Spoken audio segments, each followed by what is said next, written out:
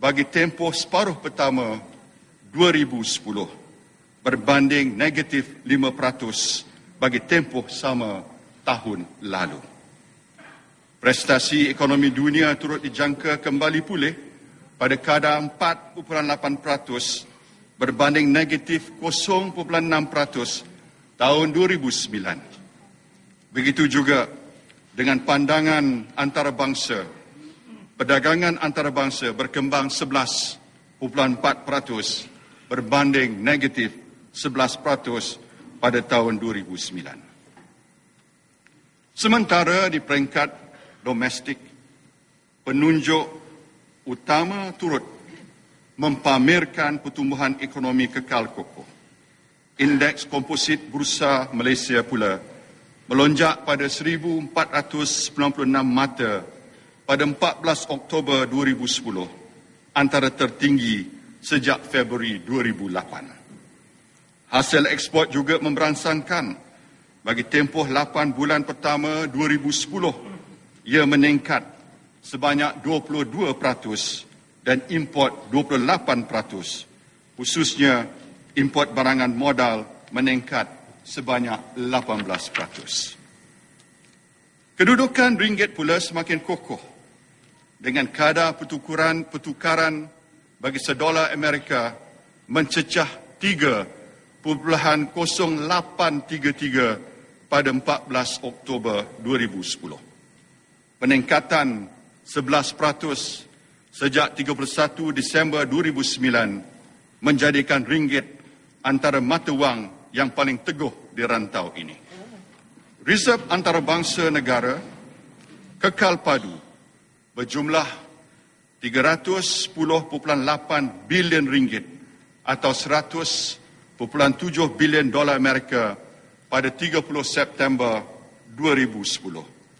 Ia mampu membiayai 8.5 bulan import tertangguh dan 4.3 kali lebih tinggi daripada hutang luar jangka pendek negara. Dengan perkembangan positif ini, kerajaan dengan ini menyemak semula kadar pertumbuhan ekonomi negara bagi tahun 2010 kepada 7% berbanding 6% sebelum ini. Ia jauh lebih tinggi berbanding negatif 1.7% pada tahun 2009. Prestasi memberangsangkan ini akan diupaya oleh peningkatan pengeluaran sektor pembuatan yang dijangka berkembang 10.8%, perkhidmatan 6.5%, pembinaan 4.9%. Manakala perbelanjaan, pelaburan dan penggunaan swasta masing-masing 15.2% dan 6.7% serta ekspor 11.6%. Bagi tahun 2011, pertumbuhan ekonomi dan perdagangan dunia dijangka sederhana sebanyak 4.2% dan 7%. Selaras dengan itu, pertumbuhan ekonomi negara dijangka meningkat pada kadar 5 hingga 6%.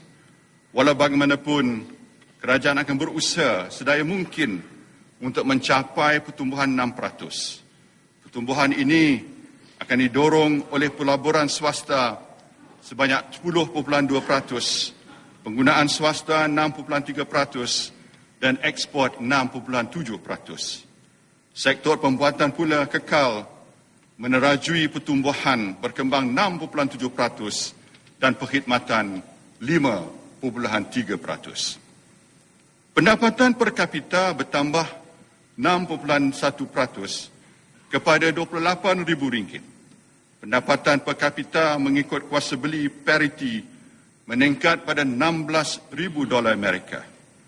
Unjuran ini mengambil kira paras inflasi yang sederhana pada 2 hingga 3% dan kadar pengangguran kekal rendah kepada 3.5%. Tuan Yang di-Pertua menyusun strategi bajet 2011 demi mencapai status negara maju yang diaspirasikan. Kita tidak boleh lagi terpenjara dengan kelaziman. Kita mesti menerjang keluar dari belenggu pemikiran dan cara kerja yang biasa.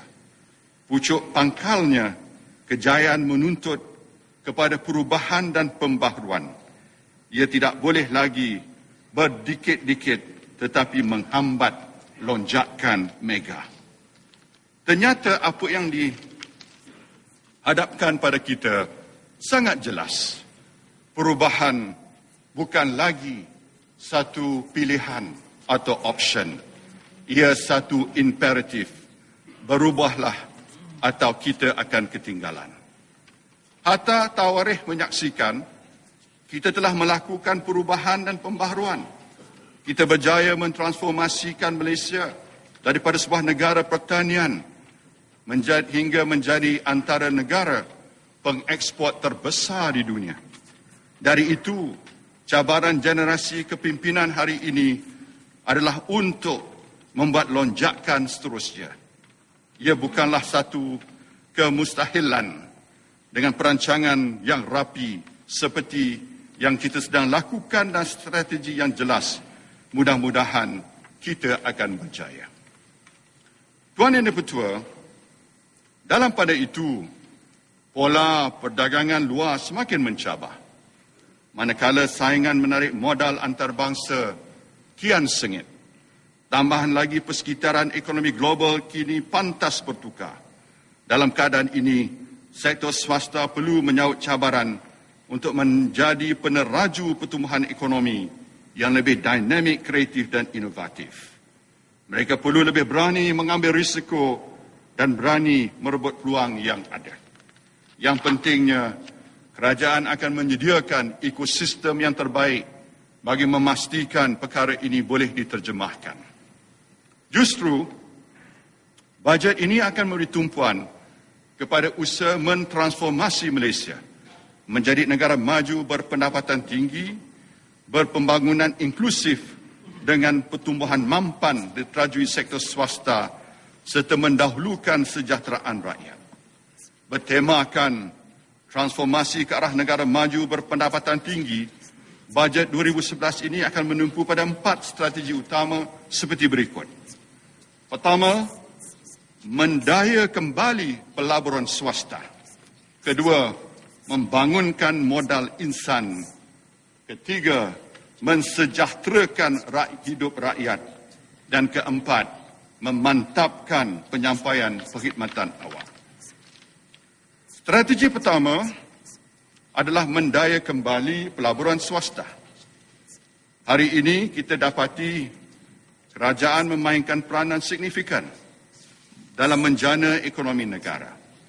Corak pertumbuhan ini berlaku ekoran krisis kewangan 1997-98. Sudah tiba masanya sektor swasta kembali bertindak sebagai enjin pertumbuhan seperti mana pra-kegawatan. Sehubungan itu, kerajaan telah membuat pengumuman dan percaturan supaya rancangan Malaysia ke-10 yang bermula pada tahun 2011 mengenengahkan lagi peranan sektor swasta. Pada tahun 2011, kerajaan menganggarkan jumlah nilai semasa pelaburan swasta akan berkembang 12.5% kepada sebanyak 86 bilion ringgit. Di samping itu, pelaksanaan 12 National Key Economic Area NKEA dijangka menjana pelaburan bernilai lebih 1.3 trilion ringgit atau 444 bilion dolar Amerika dan mewujudkan 3.3 juta peluang pekerjaan sepanjang tempoh pelaksanaannya. Daripada jumlah ini, 92% akan dibiayai oleh sektor swasta dan bakinya oleh kerajaan. Dalam konteks ini, kerajaan akan mempergiatkan lagi inisiatif projek pengkongsian awam swasta atau PPP bertujuan meningkatkan penyertaan sektor swasta dalam kegiatan ekonomi. Pelaksanaan projek PPP dengan peruntukan kerajaan disediakan sebagai dengan izin Tuan Yang Di-Pertua tipping point untuk membangunkan infrastruktur sokongan bagi membolehkan projek yang diterajui sektor swasta menjadi lebih berdaya maju.